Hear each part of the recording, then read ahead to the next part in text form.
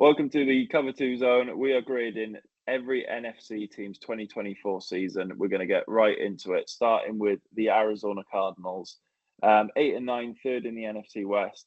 I've given them a B plus, Eden. I know it's a losing season for the Cardinals, but they doubled their win total this year, getting Kyler Murray back. And Kyler had a solid year as well, 4,000 passing yards, 541 rushing yards, 26 touchdowns, 11 interceptions overall. So a pretty solid year for Kyler Murray. And he gets a lot of criticism, but I really like Kyler Murray when he's fit and healthy. I think he's one of the most dangerous quarterbacks in the league. You know, some do question his arm strength, his running ability. Obviously, doesn't really get questioned much, but that dual threat, I think he's a really, really good quarterback. And looking at the rest of the team, you know, it was Marvin Harrison Jr., the big pickup in the draft. He had a decent year. Obviously, helps getting his. You'd obviously disagree. We'll come on to that in a second. But when I was watching this team last year, and I think they won 4 games last year. But I saw a lot from the team that I actually liked. I saw a lot of heart that their guys were playing with. They didn't give up in games. They were close games, close losses last season.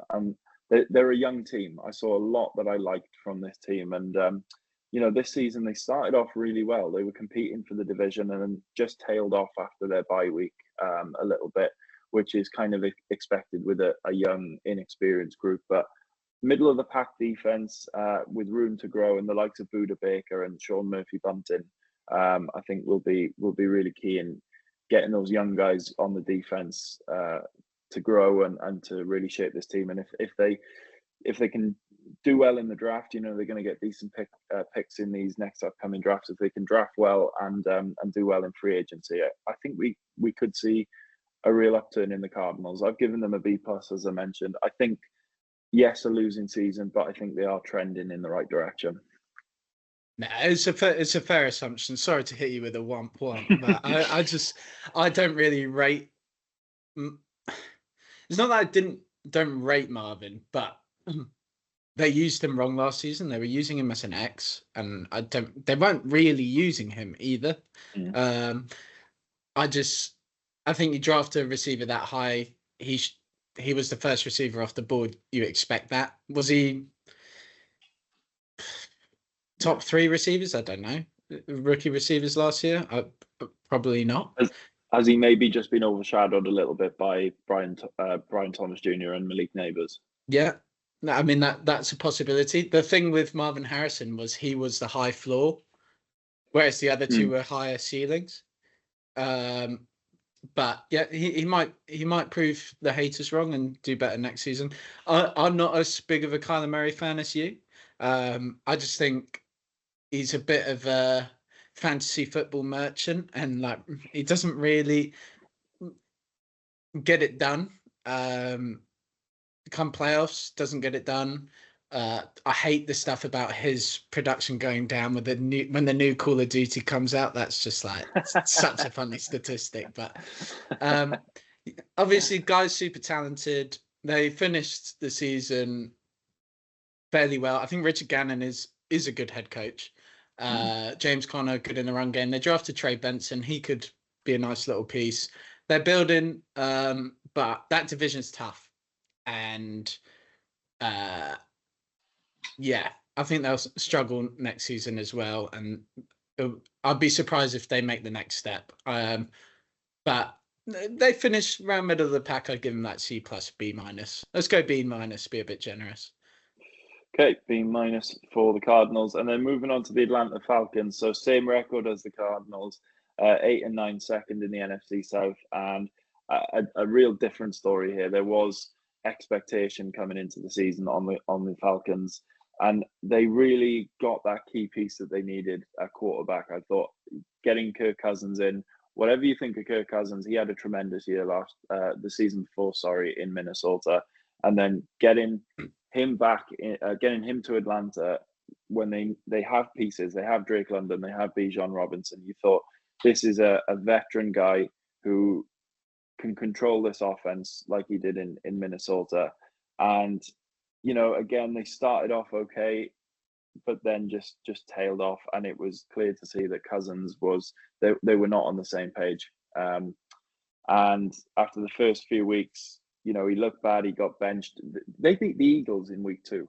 They beat the eventual Super Bowl champions in week 2. So it was a decent start for Cousins in Atlanta, but it's a really disappointing season in this division as well. This was up for grabs for the Falcons. The Buccaneers are good. We'll come on to them later, but the Panthers, as we know, are in a huge rebuild. The Saints the same. This was a real opportunity for the Falcons to take this division title and go into the playoffs, and they didn't take it. When you look at the defense, second least in sacks all season, no pressure on the quarterback. They had a bottom 10 defense. Poor production from Grady Jarrett, who's now moved on to the Bears. I like some of the pieces. Like I like Jesse Bates at safety, Grady Jarrett on the defensive line. They've got some Matthew Judon as well at linebacker. They've got some really nice players on that defense, and they just underperformed in a division where they should be really performing. And I've given them a D. It's a disappointing opportunity missed, I think, for the Falcons. I think their management almost panicked a little bit last off season. I'm assuming going into free agency, they looked at the quarterback class and didn't think any of the quarterbacks they rated highly would fall to them. Penix, as we know, did fall to them. And it was like, oh, okay, let's get him as well. And I just think that's really poor team building. If you've already signed Kirk, you spend that pick on someone who would have contributed more to the team this season.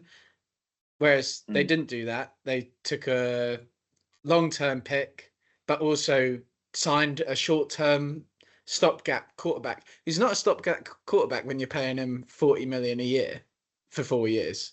And this season they're talking about, teams will get desperate and trade for him. Will they? Well, we'll have to.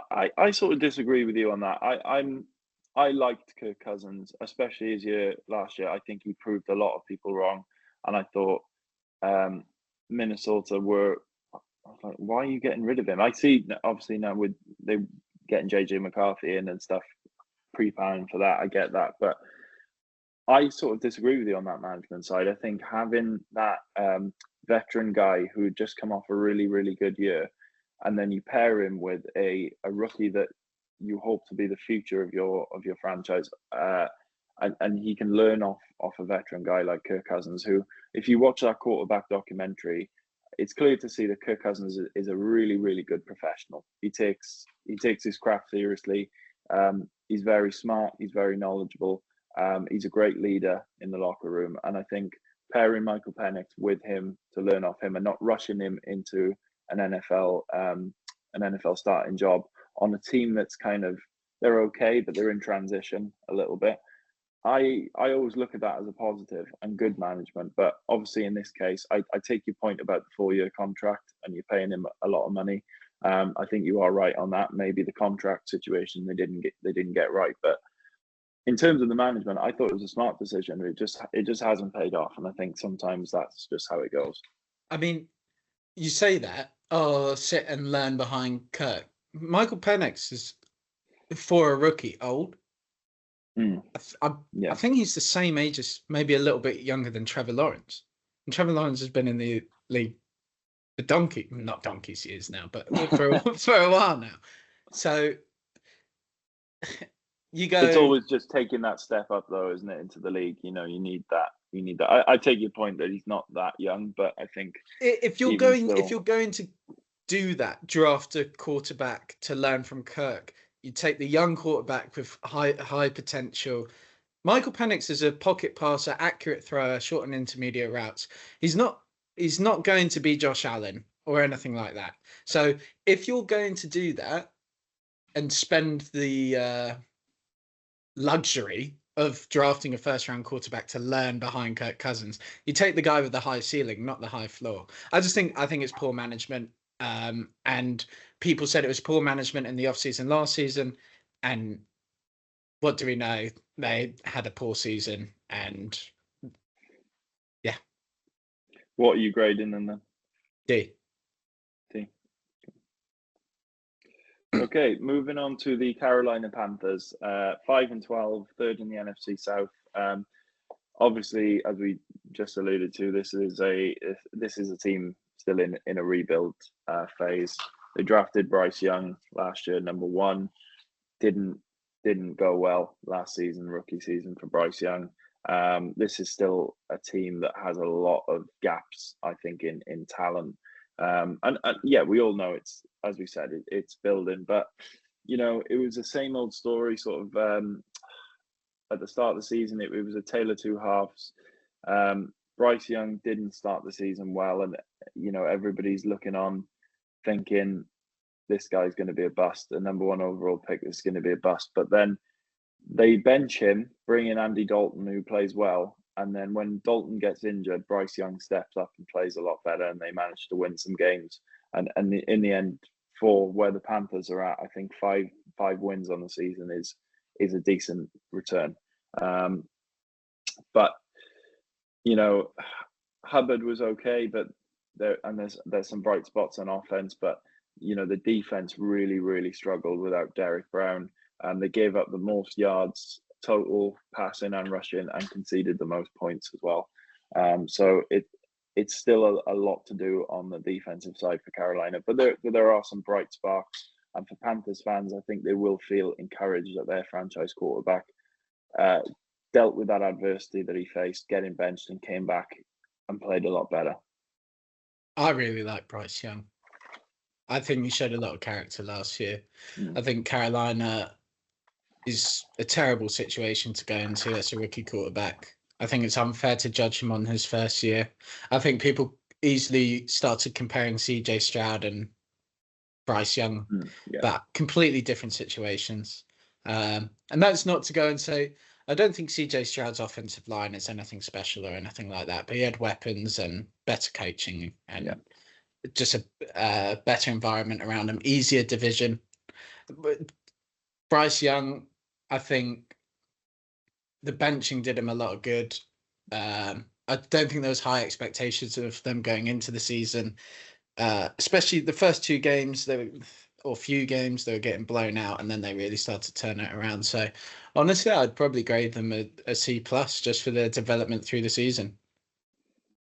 Yeah, I've gone C+ as well. I think you hit the nail on the head there with Bryce Young, showing a lot of character to come back, and after getting benched, with the whole media talking about him as well, right? When you are a number 1 overall pick, especially as a quarterback, you're starting straight away. You're expected to start straight away in your team. The spotlight is always on you, and people, as you said, the comparison to CJ Stroud last season, who had an unbelievable rookie year, that comparison is always going to be there when the 2nd overall pick does as well as CJ Stroud did, and the light was shining really, really brightly on Bryce Young, and he's come out of that adversity, and hopefully now next season he can continue that on and take the next step and really lead this Panthers team. But it is a long road ahead for them. It is a long rebuild. It'll be interesting to see next season where they're at. I don't think it's that bad of a pick anymore as well, just because CJ Stroud had a bit of a reality check this year, and Bryce Young showed what he could do. So, and that's why the situation matters. Yeah, and we'll move on to the Chicago Bears, 5-12, 4th in the NFC North. I'll let you go first on this one. What was your assessment and grading on the Chicago Bears this season? Mr. Fingernails himself. I'm not as big of a Caleb Williams hater as other people. I think he's got the arm talent. The personality stuff is a bit cringe, but his offensive line was pretty bad. His receiving corps was actually quite good. DJ Moore, Keenan Allen, 2 good veterans receivers. Rome Odunze is a talented receiver. He had a down year, but I mean, he was competing with targets. I'm drawing a blank at the tight end. Cole Kmet. Cole Kmet. Yeah, he was down this year. Yeah. I just think they've the coaching staff was wrong, top to bottom. Obviously, we're talking about this past year, but now we're looking at Ben Johnson, the upcoming year and stuff like that. Lots of reasons to be positive as a Bears fan, but last season, was really disappointed in Caleb's performance, in the overall team's performance. Probably give them a D+. Yeah, I think that's fair, and I think what you said about Caleb there, the most sacked quarterback in the league, sacked 68 times this season. And it's the same old problems in Chicago. That offensive line is horrible. It was for Justin Fields. It continues to be for Caleb Williams. And there was hype coming into this season with Caleb Williams and the number one overall. We talked about Bryce Young being the number one overall pick this year. The spotlight now on Caleb Williams this year. They were the Hard Knocks team this season on the documentary. So the spotlight was even more on him. And as you mentioned, they've got talent. They've got DJ Moore. I really like Rome Odunze coming in. They've got Sweat and Jarrett on the defense now as well. So they've got defensive talent there as well.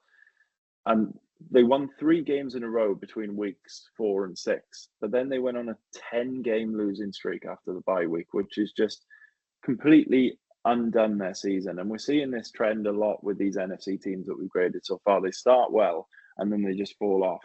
That is just unacceptable. And when you look into why they were losing those games, the defense struggled to stop the run, and we mentioned that the O-line couldn't block for Caleb Williams. So they are losing the battles in the trenches, and it goes back to what any old school football coach will tell you: the game is won in the trenches. And right now, the Chicago Bears are not winning games in the trenches, and that's why they've gone 5-12. I think this season.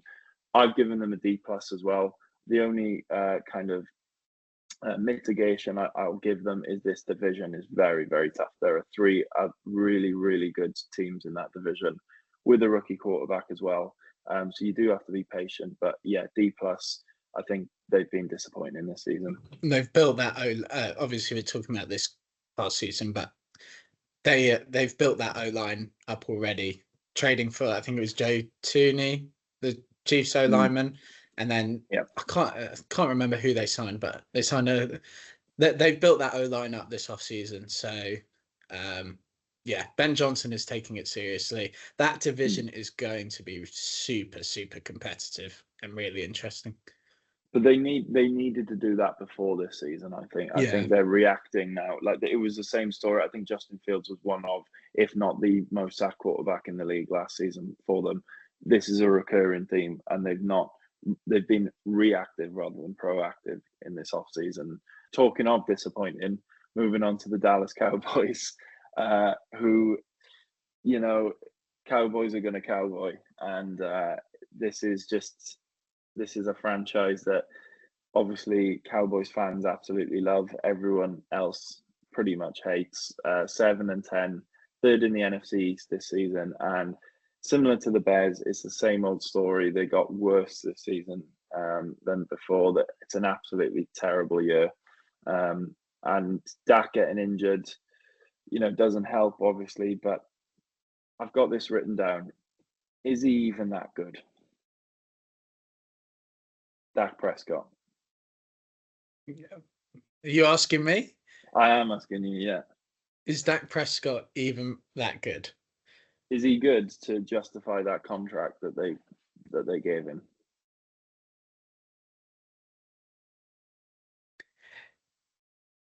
In moments, yes. He's shown he can sling that rock. Yeah, I mean, he has shown he can play. It's Cowboys are just weird. Jerry Jones. It's tough to say, isn't it? It's just so tough to say because they're the most valuable sports franchise of any sport in the world. Which still blows my mind.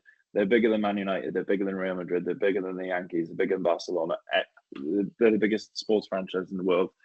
And obviously they I were just don't. incredibly. I don't know how that is a thing.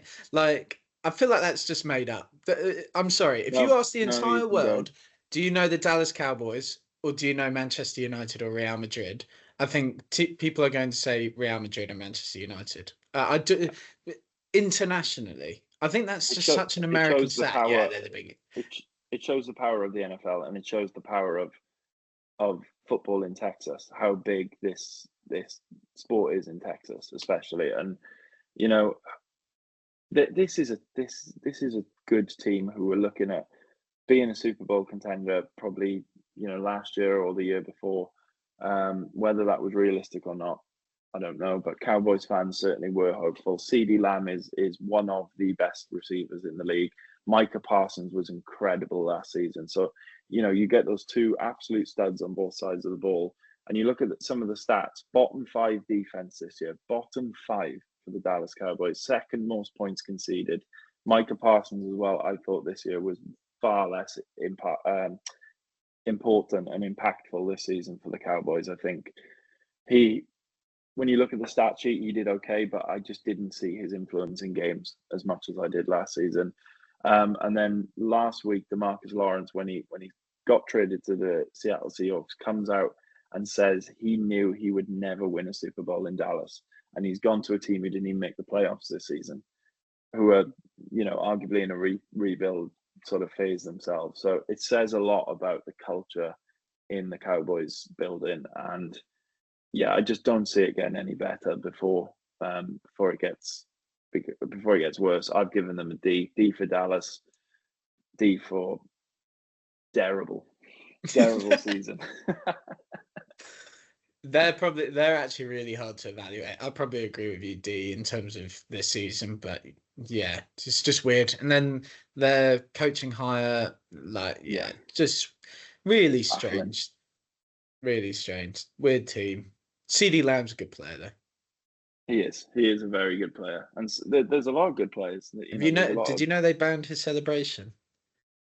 That he's not allowed to do the snot celebration. It's a 15-yard penalty this year, which it just goes along with people are not allowed to have fun anymore in the sport. No fun league. No fun is allowed. Yeah, no fun is no NFL, no fun league. Exactly that. We'll move on to the Detroit Lions, 15-2, first in the NFC North. Huge excitement coming in for the Lions. They thought this was going to be the year. A lot of people making preseason predictions that they were either going to be the Super Bowl champions, or at least in the Super Bowl they're going to be the NFC champions. It didn't start well when they lose Aiden Hutchinson for the season. Obviously a huge part, but 15-2 in the regular season without their superstar defensive end is an incredible return, really. They were absolutely amazing. And in that division that we mentioned as well, which is so tough with Minnesota and Green Bay, and to a lesser extent, the Bears as well. And I just want to read off some of the stats of Jared Goff this season, because he was incredible.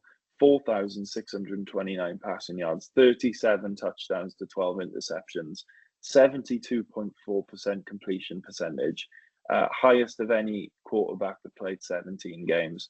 And then you can look at Amon-Ra St. Brown and Gibbs, who had great years. Kirby Joseph got the most interceptions on the defensive side as well, despite this team having injuries as well all season. They managed to go 15-2, but then that disappointing loss in the playoffs against the Commanders, which is a game that will come on to the Commanders and how well they did this season, but that's a game they should have won, isn't it?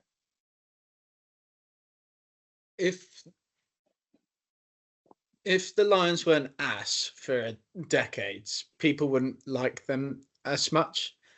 I think the Detroit Lions are regular. Henry will hate me saying this. The Detroit are regular season bullies who get bullied in the playoffs. It's happened back-to-back years. They run the score up on these bummy teams and the Lions won 50-7. Oh, what a great team! Yada yada yada. and then they choke in the playoffs. There's two seasons of evidence of this. They've lost Ben Johnson now. Yeah. No, you can do whatever you want as an NFL coach. I think you got to respect other teams in the league, because these things do come back round, and I think time and time again they were running the score up. Maybe this is as a Jags fan, but we were getting like blown out, and Jared Goff is still slinging the ball. So you're going, oh, he threw for 4,600 yards. Most teams who are that level of good are sitting their quarterback, and he's not finishing with 400 yards, 500 yards for the game, because he got 300 in the first half, and they were like, right, let's pack the bags and rest our players.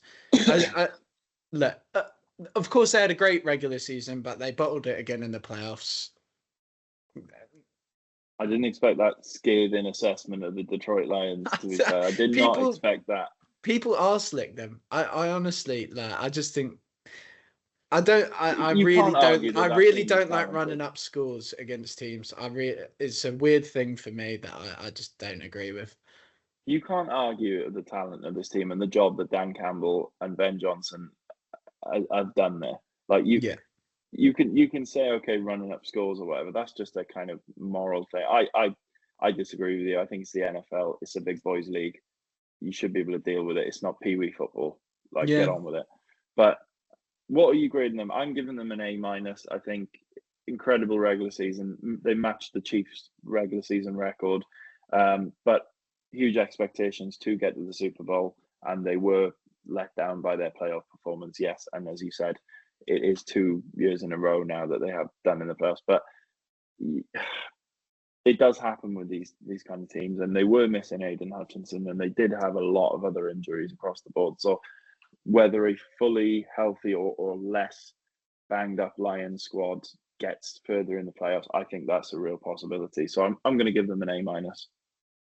Yeah, I mean, don't get me wrong, they had a good season. I'd probably give them an A. But to your point about it's a big boy league, it's also a business, and people don't forget how you treat them in business. It's actually, the NFL is actually quite tight knitted. People hiring from team to team, people remember shit, and they'll remember Dan Campbell having no mercy and that's just who he is. But that's not how I'd operate an NFL team. If I was an NFL coach, if my team was bad, I wouldn't expect the opposition to let up. So I'd be absolutely fine with them doing the opposite to me if I was with no mercy, a no mercy kind of coach. I'd have no problem with the other team doing that to me when my team was bad. It's all fun and games until your players get injured in pointless quarters. Then it's up to Aiden Hutchinson, sorry.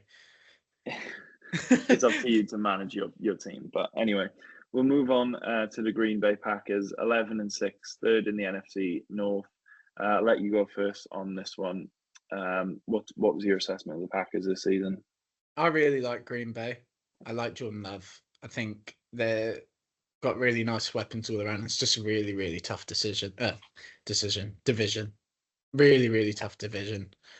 Josh Jacobs, I think was a little bit disappointing. Really? Yeah, just because how strong of a runner he was for the Packers. I think he went quite a long time without having a few blow-up games, and then he did have a couple blow-up games, but it was steady. It was solid. Something to build off of. I think, yeah, they had a good season. Solid defense. I'd probably give them B+. B+, yeah. What you said, you really like the Packers. I hate the Packers, as you know. One of my most hated teams in the NFL. But I do agree with you on Jordan Love. I do like Jordan Love.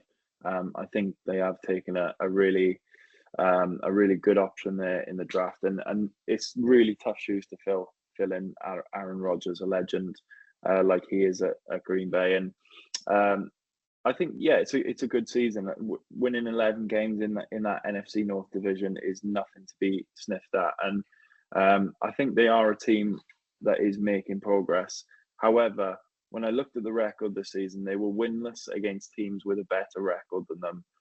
They probably overachieved last season, getting to the NFC Championship. And I think this year was a more realistic kind of finish for the Packers at where they're at the moment. So, off the back of that NFC Championship appearance, there was a lot of hype about the Packers this season, and some have said that they were disappointed to finish third in this division.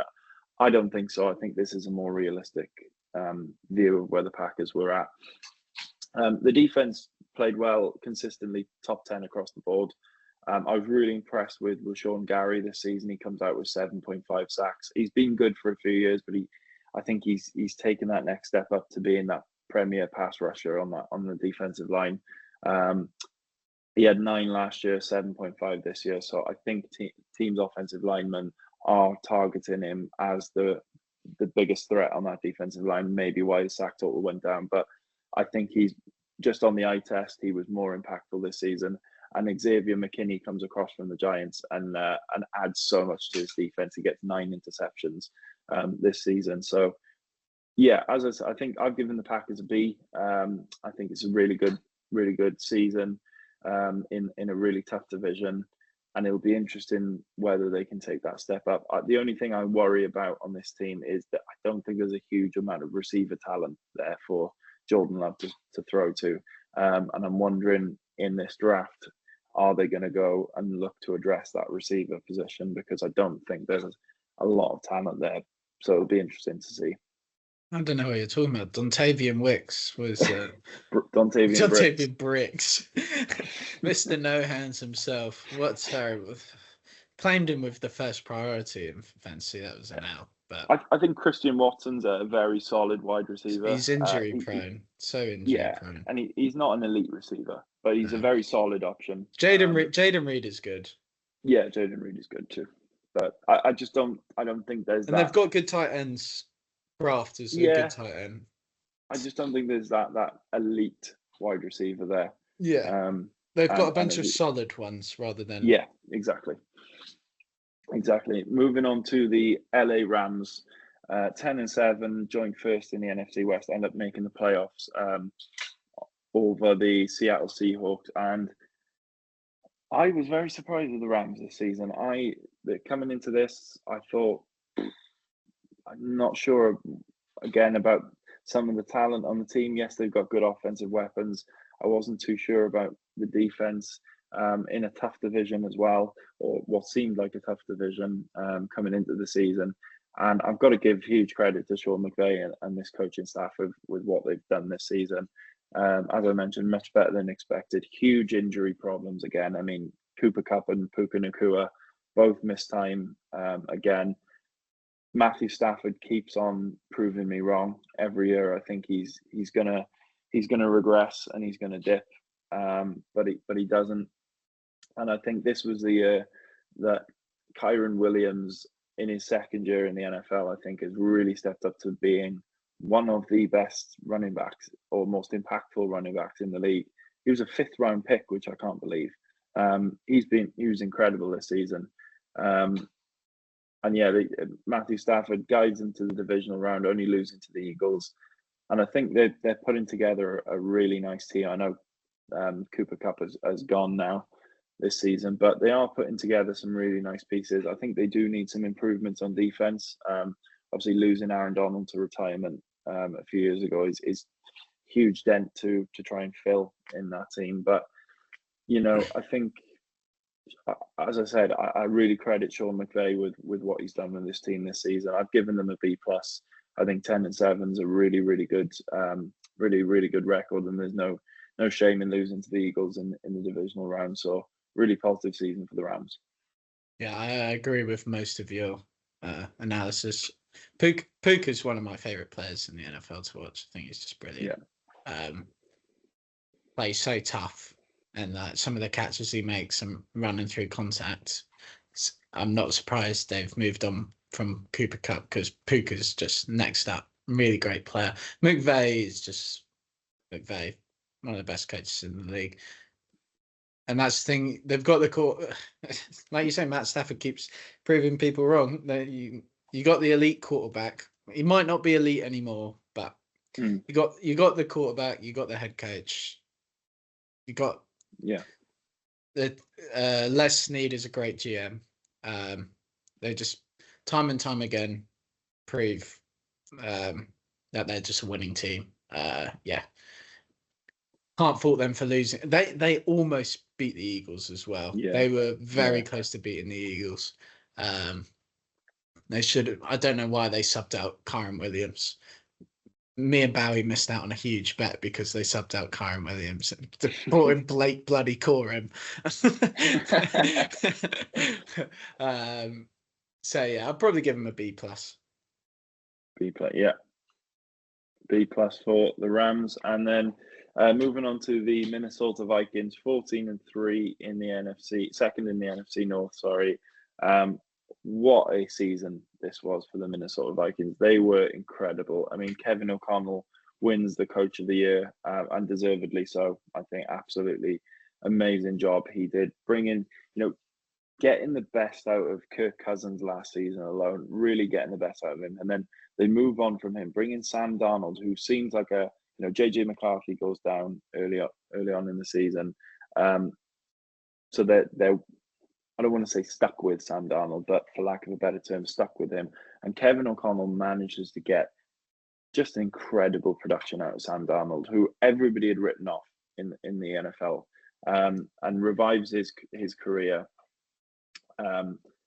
Just absolutely incredible job from Kevin O'Connell, proving that he is one of the best, not only head coaches in terms of scheme, but in terms of player management and man management coaches in the NFL. And I think this year, there's a lot of debate around the NFL, who's the best receiver in the NFL. There's abundance of talent at receiver in the NFL right now. Some incredible receivers. For me, this season, Justin Jefferson has emerged as the best wide receiver in the NFL for me this season. Some of the catches he makes are incredible. He always seems to produce a big play when the Vikings need it the most.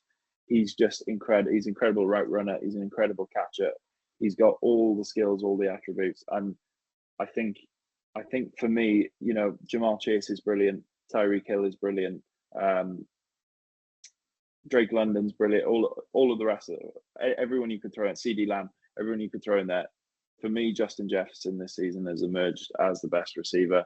Aaron Jones was a great addition. I think he's a guy just really, really hard runner. Exactly what the Vikings needed to supplement this passing attack. Then moving on to the defense, and I'm getting excited just talking about this defense because they were incredible this season. Brian Flores has done an amazing job. They were second against the run, fifth in points allowed, fifth most sacks. They were absolutely awesome. Their aggressive brand of defense, which we've seen from Brian Flores when he was in Miami, he runs perfectly almost again in Minnesota, and they were just crazy good at rushing the quarterback. And they end up with the most takeaways, 24 interceptions, 9 fumbles, and that is no coincidence with the amount of pressure this Vikings defense forces at others. They were just awesome. I've given them an A for this season. I think they were absolutely brilliant. The only stumbling block in this season with the Vikings is that they just cannot win a playoff game, and it was really disappointing with the way it ended for them, and this curse seems to still be there for them. I don't even think Justin Jefferson is the best LSU receiver in the NFL. Oh, come on. Brian Thomas. Take your Jags. Your silly little. I will say LSU is wide receiver U, and I don't even think that's a close comparison. I mean, it's a joke. Justin Jefferson, Jamal Chase, Brian Thomas Jr., Malik Neighbors. That's insane. That is a pretty good 4, right? Yeah. If you have those 4 on your team. That's insane. Yeah. I'm just going to echo pretty much everything you say. Like, Minnesota were fantastic this year. They are a bit cursed in the playoffs. It's just kind of how it is. I'll be interested to see how well JJ McCarthy does this year. But last year, I mean, their coaching is just incredible. Kevin O'Connell, fantastic offensive mind. Pair that with Brian Flores. I mean, special team last year. Yeah, that's about it. I'd probably give him an A. Just fell a bit short in the playoffs. But overall, really, really great season. Really good team.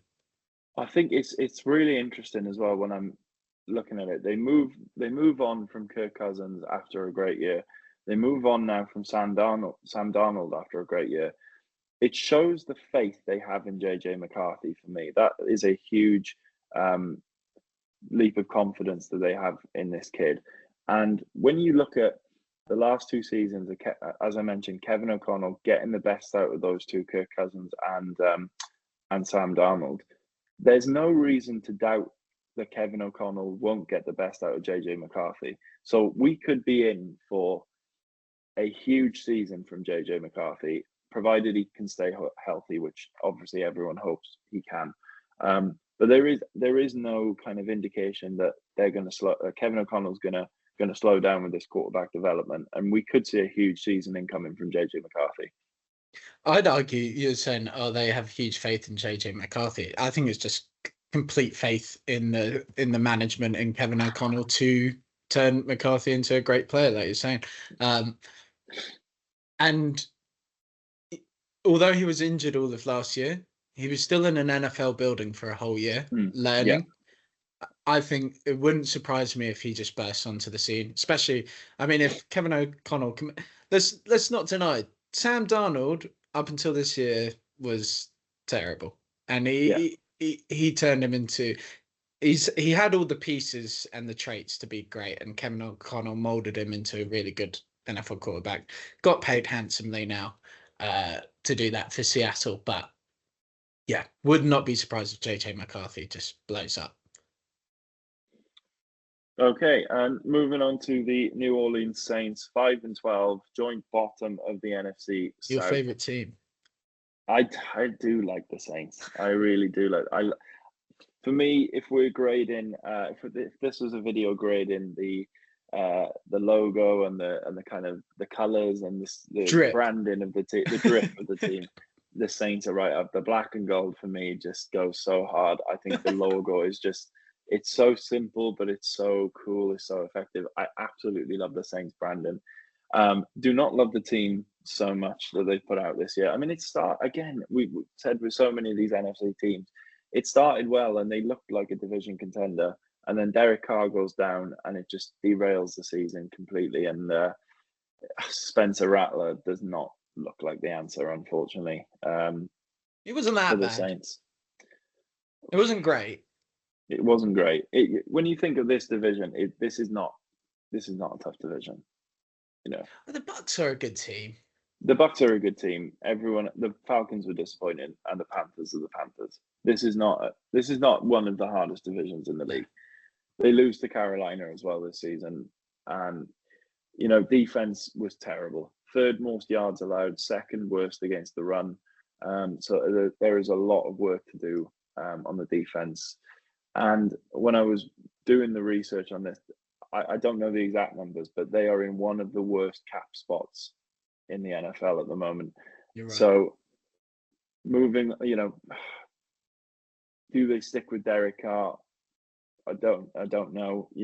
Do they move on from him? It's a really bad situation that they're in at the moment. They do bring in Kellen Moore, who's just come off a Super Bowl win as the OC at the Eagles. So that'll be a really interesting hire to see how that works out. I do like Kellen Moore as a coach, but he's in a really tough spot down there.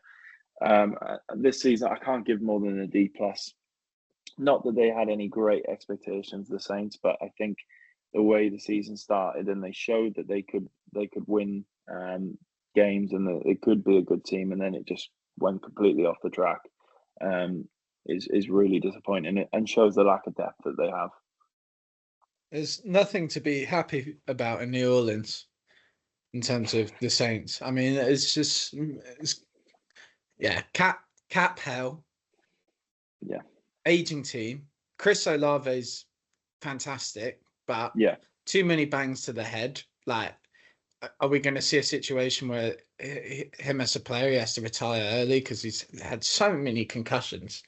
Kamara just shows he's still got it. So I'm not going to Yeah. sit there and go, he's old, he'll be washed next year, because he could be special again. But in general, I wouldn't be surprised. I know we're talking about this season, but next season, if they're in last place, I mean, they just got nothing to look forward to. And they had a terrible season last season. But largely because Yeah. Derek Carr got injured. So you're just starting rookie quarterbacks on a bad team. So, Yeah. And you know, Derek Carr he's proven that he can play well and he's solid, but he's not an elite quarterback either. So your number one is already middle of the pack, I would say. If you were ranking the quarterbacks from 1 to 32, I'd say Derek Carr is very much somewhere in the middle. And that's at his ceiling, you know? yeah. So I think they rely a lot on Raheed Shaheed getting down the field and getting open and just throwing a 60, 70-yard bomb, which is great for fantasy owners of Shaheed, because you tend to get him in the later rounds and he gets these plays where, you know, he gets these 60, 70-yard touchdowns and it can make or Stop break trying your to week. convince people you had a good fantasy team, because your team was ass. That pick was good. That pick was good. I took him in like the 9th or 10th round. I think that pick was good. But yeah, we'll say less about the rest of my team. We're not great in fantasy teams, thankfully. But yeah, what are you giving the Saints? D. E. D. D. I think you said E. I was like, that's not even on the board. You can't do that. D for the New Orleans Saints. And speaking of shite, we come on to the New York Giants. 3-14, fourth in the AFC East. Do you want to go first?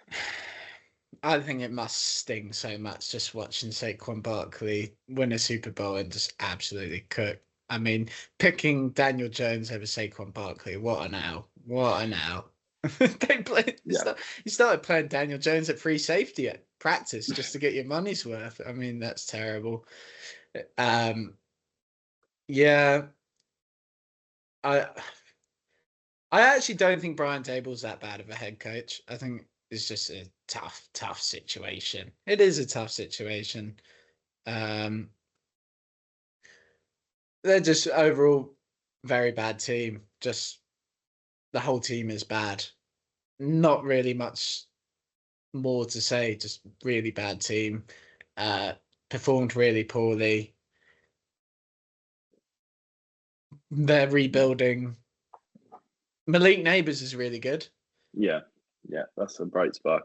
Well, I was going to say, you said they're a bad team.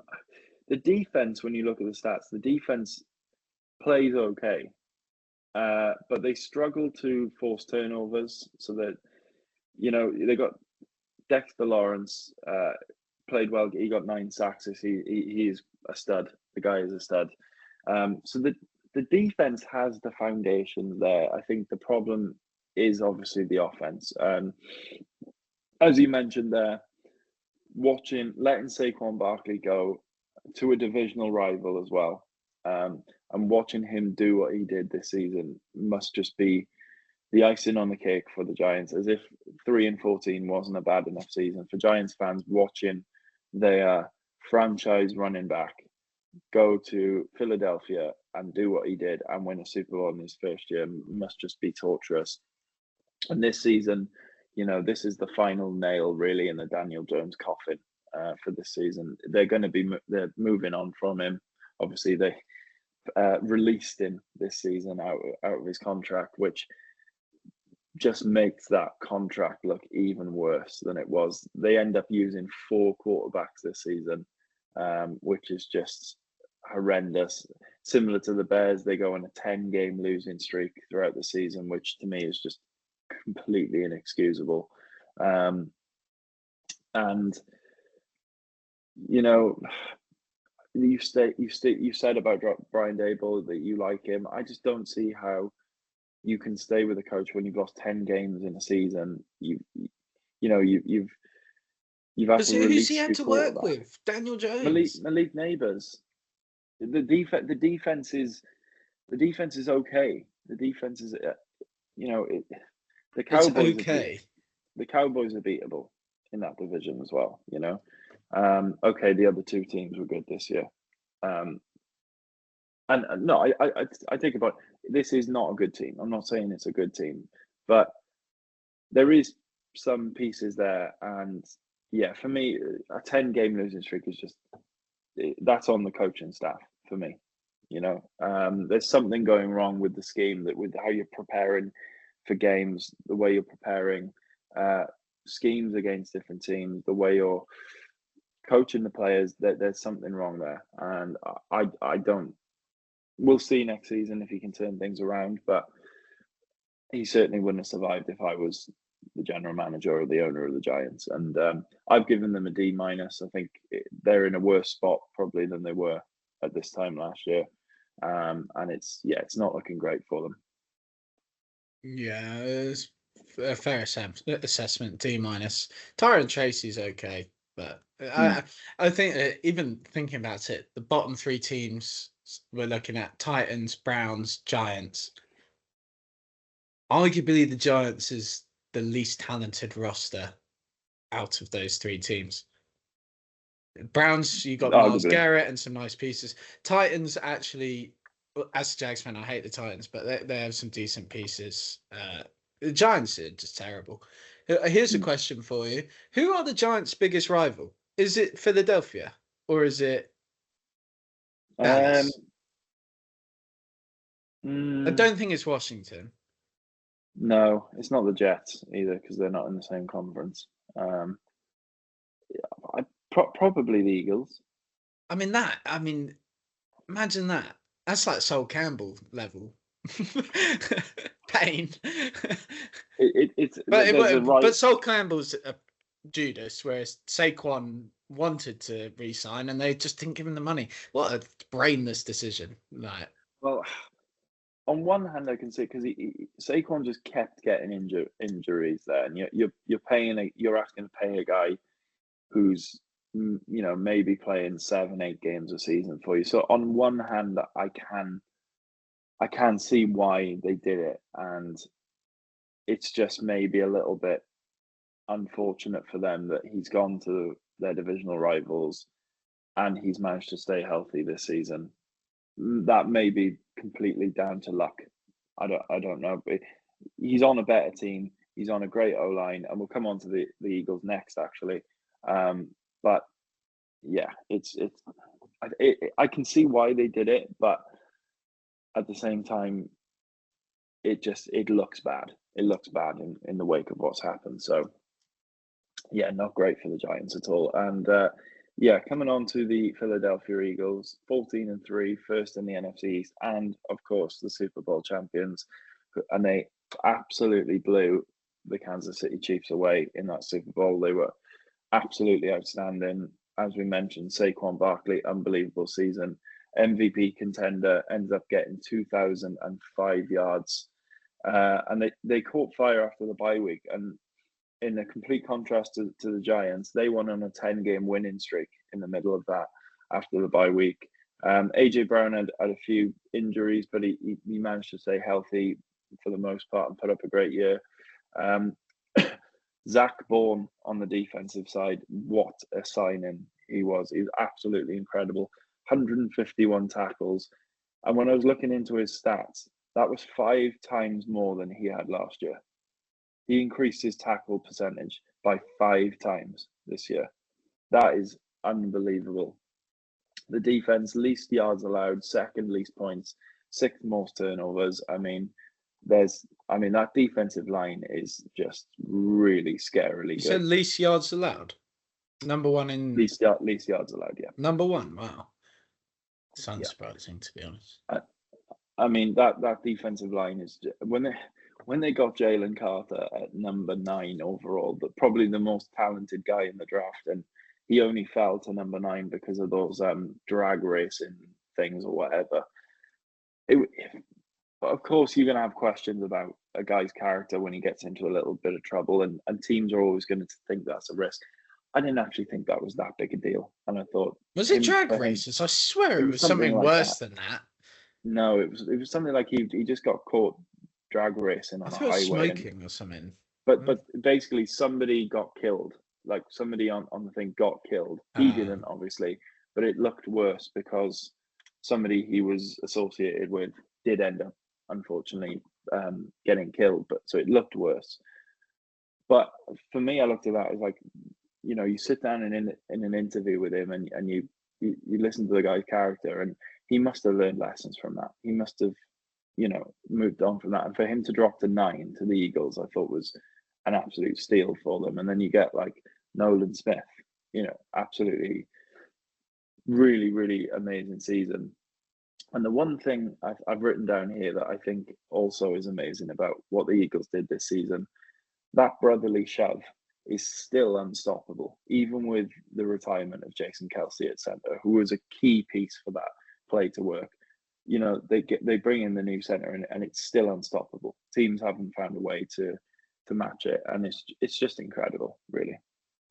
This opens up a bit of a can of worms, but I find it really interesting, the utilization of rugby like scheme in American football. And not scheme, what's the word I'm using? Tactics. So right. Philadelphia brotherly shove. The Lions really started implementing shovel passes and hooks and ladders and stuff like that, which is very similar to rugby. I just think it's interesting the pieces NFL teams are taking from other sports and kind of utilizing it. But more on the Eagles in general. I mean, when you win the Super Bowl, it's an A+, isn't it? A+. Yeah. You can't really argue with that. I'm giving them an A+, yeah.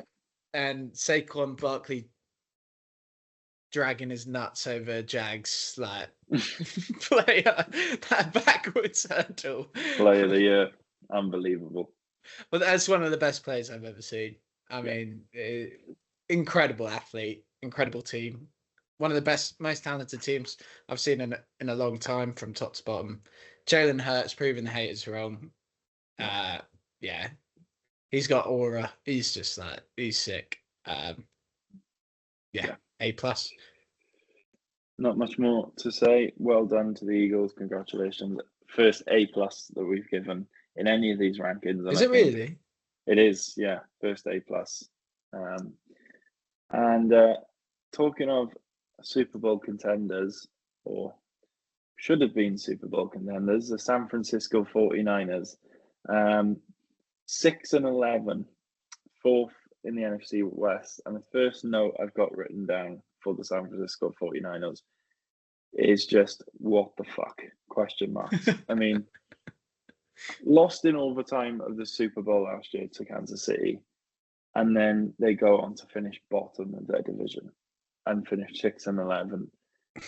Yes, there's injuries, but this drop off is not good enough for this team, and how talented that they are, how well coached that they are. Kittle and Debo, disappointing. Didn't seem to have the same influence on the game as last year. And then you get, Brock Purdy now, a lot of question marks over him. A lot of people did have question marks whether it was the scheme elevating his abilities. Yeah. But it looks like, has Kyle Shanahan's scheme been worked out this season? Or is it just the injuries? Defense, I look at the defense, 8th least yards allowed. So this was a defense that was good, but the 4th most points conceded. They were 6th most in giveaways, 16 interceptions, 11 fumbles. So this offense is giving the ball away in key situations.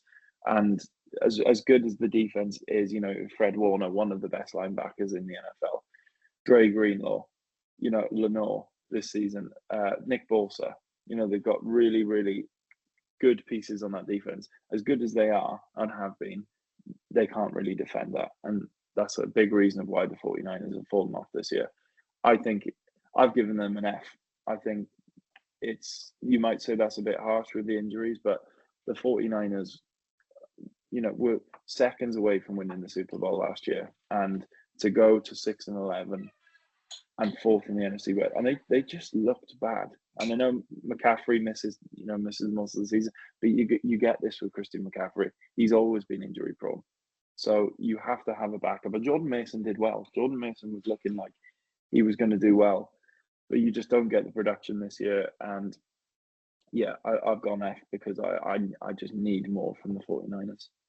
I think that's a fair grade.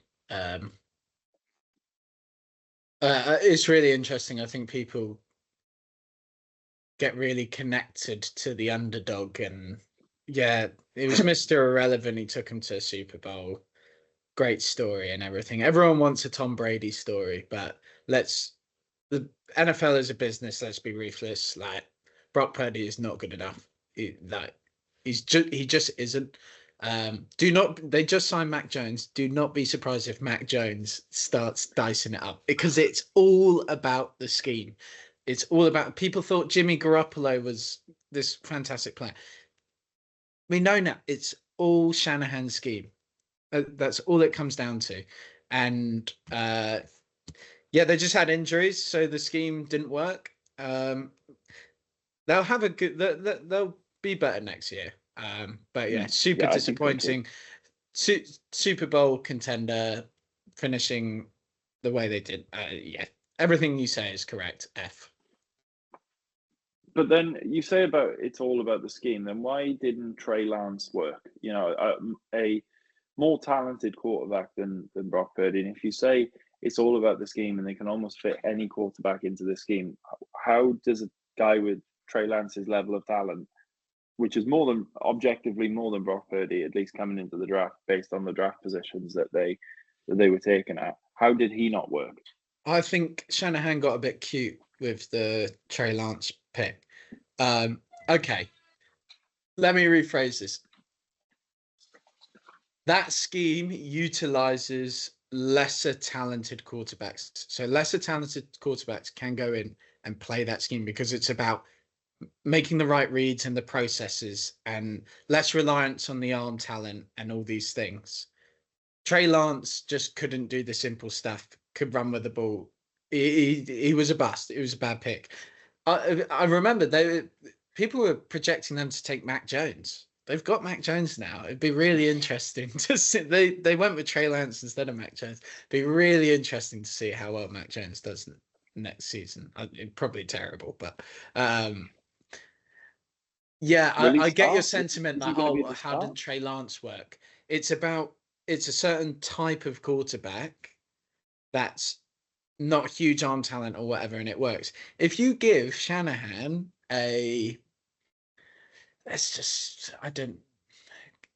give him Joe Burrow.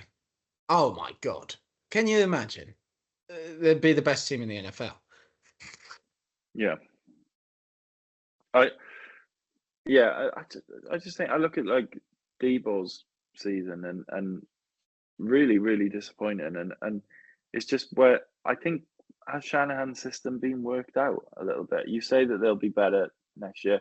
And I do agree. I do think this team is too talented to go 6-11 again. And I think the injuries have really hampered them this season. But, you know, has his scheme been? Is he going to have to pivot?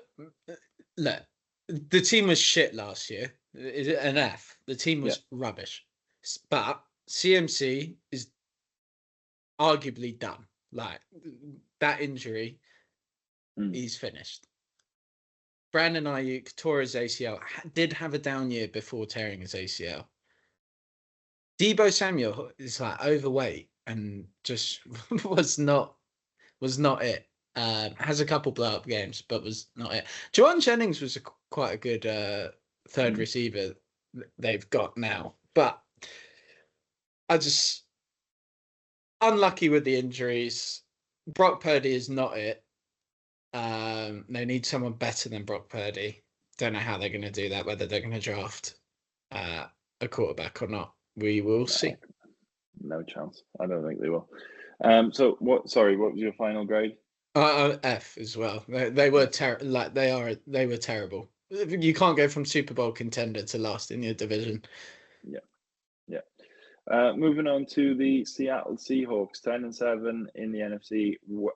Joint first in the NFC West. Just missed out on the playoffs with the Rams and that kind of unusual rule. I think it was on head-to-head.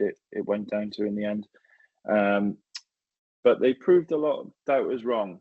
I think the Seahawks this season. A lot of question marks coming in over Geno. Obviously, he had a good season the year before. But a lot of people kind of said it was a bit of a fluke and a bit of a one-hit wonder. But the Seahawks were really, really solid. And I think they, we were just speaking about the 49ers. I think they really took advantage of their bad season this season and boosted themselves up the league in this division. And Jackson Smith and Jigba looked really great. And you look at that 3 receiver group that they had this year of JSN, Lockett, and DK Metcalf was really, really good. That's a really, really good, solid 3 receiver core. Kenneth Walker was really good as well until the injury, and Charbonnet came in and did a really nice job backing him up. 8 touchdowns for Charbonnet. And on the defensive side, they've got some really, really nice pieces like Reek Woolen, Kobe Bryant, Devin Witherspoon. Especially, they're all DBs. Some really, really nice ones in the secondary. I haven't got too much to say about the Seahawks. I think they're just one of those teams that is pretty solid. It'll be interesting next season now with no DK, and I think Lockett is retired. Has he? They cut Lockett. Been released. They traded DK. They signed Cooper Kupp and they signed Sam Darnold and traded Geno.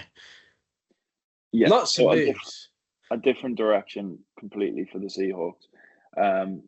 But yeah, I think I'm not too much to say. I've given them a B. I think it's a decent season. I'm very unlucky not to make the playoffs. And yeah, they proved a lot of doubters wrong. And JSN looks a really, really nice piece for the future. And as I mentioned, those pieces on defense should get better as well. So positive season, I think, for the Seahawks. Yeah, no, is unlucky. They were unlucky not to make the playoffs. Solid team. Team going a completely different direction now. So, but yeah, Geno was great last year in doses. They had a solid receiver corps, couple good running backs, really good defense, just a really solid team. And we're unlucky not to make the playoffs. But overall, pretty good season. B+. Yeah, it's a positive as well, isn't it? And first year head coach as well. It's never. Was he first year head coach? First year at the Seahawks. I mean, last year. So it's never easy when you step into a new team. First season, you're still working things out and stuff. So yeah, positive season. Sorry, what was your final grade? B+. B+ for the Seahawks. And moving on to the Tampa Bay Buccaneers. I'll let you go first on this one because I've got a hot take coming in. 10-7, first in. It's going to be Carl Trask or something. No. So I'll let you go first on the Buccaneers. What was your assessment? I really like the Buccaneers. Really good team. Baker. It must suck to be a Browns fan just watching Baker actually prove to be a really good quarterback. Obviously, this might be a bit biased because we have hired their OCSR head coach, Liam Cohen, but that offense was special last year. Really, really fun offense to watch. Bucky Irving, what a player. Rashad White, solid in pieces. You got Mike Evans. Chris Godwin got injured, unfortunately. The tight end they have, the names. Oh, yeah. He was really good. Good O-line, solid defense. And they won their division. I think they got unlucky in the playoffs. Really, really good team. I'd give them an A-. A-, okay. Yeah. I think I can't really disagree with much there. As you mentioned, Baker Mayfield, it was a career year for Baker Mayfield, career high year, 4,500 passing yards, 41 passing touchdowns, 16 interceptions. 71.4% completion rate. So he was really accurate as well, with a 106.8 passer rating. So a really, really good season. And that percentage, it's a screen-heavy offense, though. So that is the thing. You can't go 71%. He's super accurate. It was a screen-heavy scheme with heavy run game and all these things, and he had Mike Evans and stuff like that. But don't get me wrong, he can still make those throws. He can, and what we are seeing from Baker Mayfield since he's been at the Bucs is perhaps why he was drafted number 1 overall. It's taken a while for us to see that talent come through, and it's taken a little bit of maturity on his part. I mean, I don't think he wasn't put into a good situation in Cleveland, and it goes back to the point I made on the last video in the AFC rankings about, you know, the draft system the way it is. You put the arguably the best talented quarterback in the worst situation all the time, and we see these guys come through and not play well because they're in a bad situation. And Tampa Bay now is not a bad situation at all. Todd Bowles has done a brilliant job there. And, you know, it's taken him to play on the Browns, the Panthers, the Rams. Am I missing any that he's played? No, I think those are the 3. It was Browns, Panthers. What bad situation? Panthers, bad situation. Yeah. Backed up Stafford. Yeah. Got a game-winning drive. I think he got a game-winning drive, didn't he? Yeah. Which gave him the opportunity. Yeah.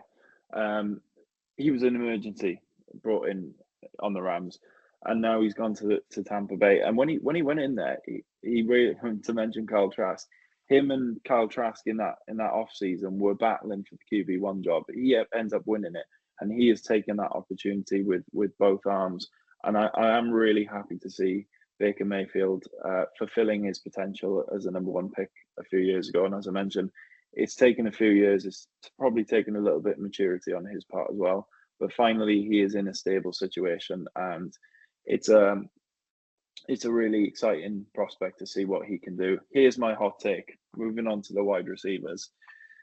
So Mike Evans, this season, gets 11 consecutive seasons over 1,000 yards receiving.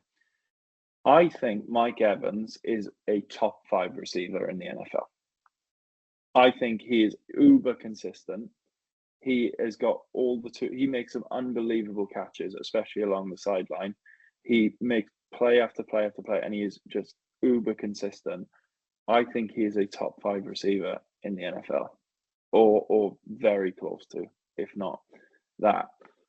Brother, that is a lukewarm take. There's nothing hot about that. Why is he not? No, I'm saying that that's not a hot take. That's lukewarm. He is. If you asked a lot of people to rank their 1 to 5 receivers in the NFL, I don't think Mike Evans would make a lot of them. He might be like 7th for a couple of people, something along those lines. He's not valued at. He's not like a top 50. They're not going, oh, he's the 15th best receiver in the NFL. God, like you say, 11 straight seasons with 1,000 yards or more. That's just insane. He's a fantastic receiver. I think he does typically go late in fantasy, so maybe that's why you're thinking that. But I think that's probably more to do with Godwin being on the other side. Also, his age. Yeah. As well. You know, and he also misses. Well, Lattimore's gone to Washington now, but he would typically miss 2 games a season last year because he would fight Lattimore every game against the Saints. So he'd only play how many games? 15 games a season. But no, yeah, I understand why you think it's a hot take. I don't think it's that hot. I think I agree. He's a really, really good receiver. I'm glad. And as you mentioned, Bucky Irvin, amazing rookie season for him. He was outstanding. And another piece on the defensive side I really like is Kalijah Kancey. He looks a really good pick. 19th overall out of Pitt school, Aaron Donald school. 7.5 sacks, which go alongside Vita Vea's 7 sacks as well. When you put those 2 together in the middle, if Kalijah Kancey can follow up this season, with another season like that. Him and Vita Vea are going to be one of the two best pairings on the interior defensive line in the NFL. Vita Vea is outstanding. And I think it's a really good opportunity now for the Bucs to really dominate this division in the next few years. We've seen the Bills do that in the AFC East over the last few years. You know, the Dolphins can't get past them. The Jets are all over the place. The Patriots are in rebuild, and the Bills have won that division, 5 years in a row now, something like that. I think this is an opportunity for the Bucs to really do this in this NFC South as well. We talked about the Falcons coming into the season should have upset that trend and really challenged for this division. Where do they go from here this season? I don't know. I think the Bucs are easily in the best spot of those four teams in that division. And they've got a real opportunity now to cement themselves in the playoffs every year and really have a go at winning a Super Bowl. You know, they're an outside contender. There are more talented teams, but I think if they're in the playoffs every single year, they've got a chance. And, you know, they're putting together a really nice team there. I think Baker Mayfield exemplifies, if you're a backup quarterback in high school, college, whatever, if you get given an opportunity, take it by the scruff of the neck, because his career was done. He had that one slither of a chance with Los Angeles, that game-winning drive, gave him the opportunity to go to Tampa to compete. I don't think if he didn't have that game-winning drive, I don't think Tampa might not have reached out. Because I think it was because Liam Cohen was with the Rams at the time. So I think that's the connection. And now he's been getting paid the big bucks and he's turned his career around. It's just a really special, high character guy. I've given them a B+. I think A- is fair as well. I think the only kind of mitigation I put is that division stinks. And you know, 10-7 is good, obviously, and I do have some concerns about some. You know, that it's quite an aging team in some spots, so a little bit of concern there. But no, really good season for the Bucs, and we will move on to our final team, perhaps the dark horse of the season, the Washington Commanders, 12-5, second in the NFC East, and this feels like a completely new franchise this season. They finally got rid of that parasite Dan Snyder in the organization, and they get their franchise QB, who was incredible this season. Jaden Daniels, over 3,500 yards passing, nearly 900 yards rushing, 25 passing touchdowns, 6 rushing touchdowns, 9 interceptions, 100.1 passer rating in his rookie year. Terry McLaurin, another strong year again. 5th consecutive 1,000 plus yard season and 13 touchdowns for him. So he, similar to Mike Evans, really consistent for the Commanders over that period when it was really tough for them under the Snyder regime as well. And then obviously one of the biggest upsets of the season, beating the Lions in the NFC divisional round and getting to the NFC Championship, which nobody saw this team doing. I was hopeful coming into the season for the Commanders that they would, they would turn their fortunes around and have a really good season, but I didn't expect it to this level.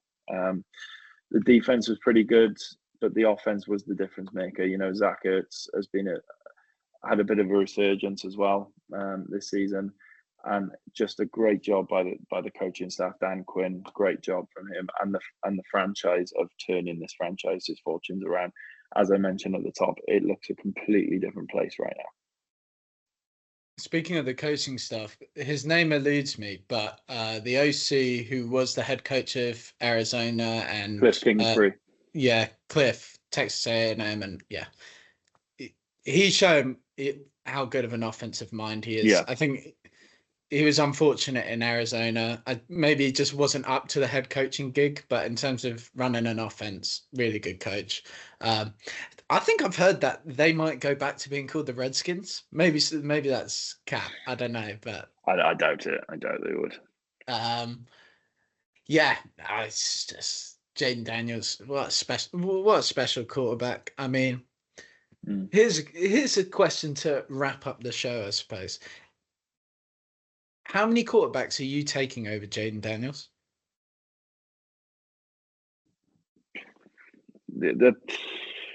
Josh Allen, Pat Mahomes, Jalen Hurts. You're taking Jalen Hurts over Jaden Daniels? The only thing I say is because, again, one season. Okay. We've seen one season, and CJ Stroud was unbelievable last season. And not that he's. I don't think he's been bad. We covered that in the AFC episode. I still think he's really, really good, but there wasn't that same production. So we've seen one season from Jaden Daniels. So as good as he was, still have to keep it. Keep it Lamar? 100 really with him. Lamar, yeah. I think Lamar's Joe Burrow. Joe Burrow, yeah. I'm probably taking Trevor over him as well. Tua then we'll have to. Tua turn the ball over. No, but more on the team. The team, like, incredible season. Offensive rookie of the year, of course, as well. Obviously, overshot expectations. I've given them an A, by the way. A for the Commanders. Yeah, I'd say A. I was going to go A+, but maybe that is a bit rich. But I mean, they beat the Lions in the play. I mean, they went deep in the playoffs. Do it. A+. A+. A+. We can't just give it to the Super Bowl winners. Like, in terms of expectations and where they were, A+. Yeah. What a team. The only reason I think I went just A is there was that kind of hope before the season. I think they're getting rid of the dance. Well, hope of a bounce back. Yeah. And there was a huge relief that I remember listening to podcasts after last year's draft, and loads of the NFL pundits saying that the Commanders had one of the better drafts. They said that they drafted really well. Obviously, the Dan Snyder thing was huge, getting him out of the way and out of the building. And as I said, it feels like a new place. There was renewed hope, mainly because of the Dan Snyder situation, and that they had a really good draft, and they've exceeded those expectations. So the only reason for not putting an A+ is if they got to the Super Bowl, I probably would have been tempted to put the A+, even if they'd lost it. And just that there was that little bit of hype coming into the season that they obviously not to the level that they achieved, but yeah, really, really, really awesome season for the Commanders, and really excited to see Jaden Daniels and where this team can go next season as well. But they've lost their best receiver, you know. Go on. Diami Brown. What did I just reel off? Not fifth consecutive 1,000-yard season, 13 touchdowns. I think Terry McLaurin will take that mantle. Maybe. But yeah, that has been our NFC grade-ins from 1 to 16. We've done the AFC now as well. Thank you very much for listening and watching, and we'll see you in the next one.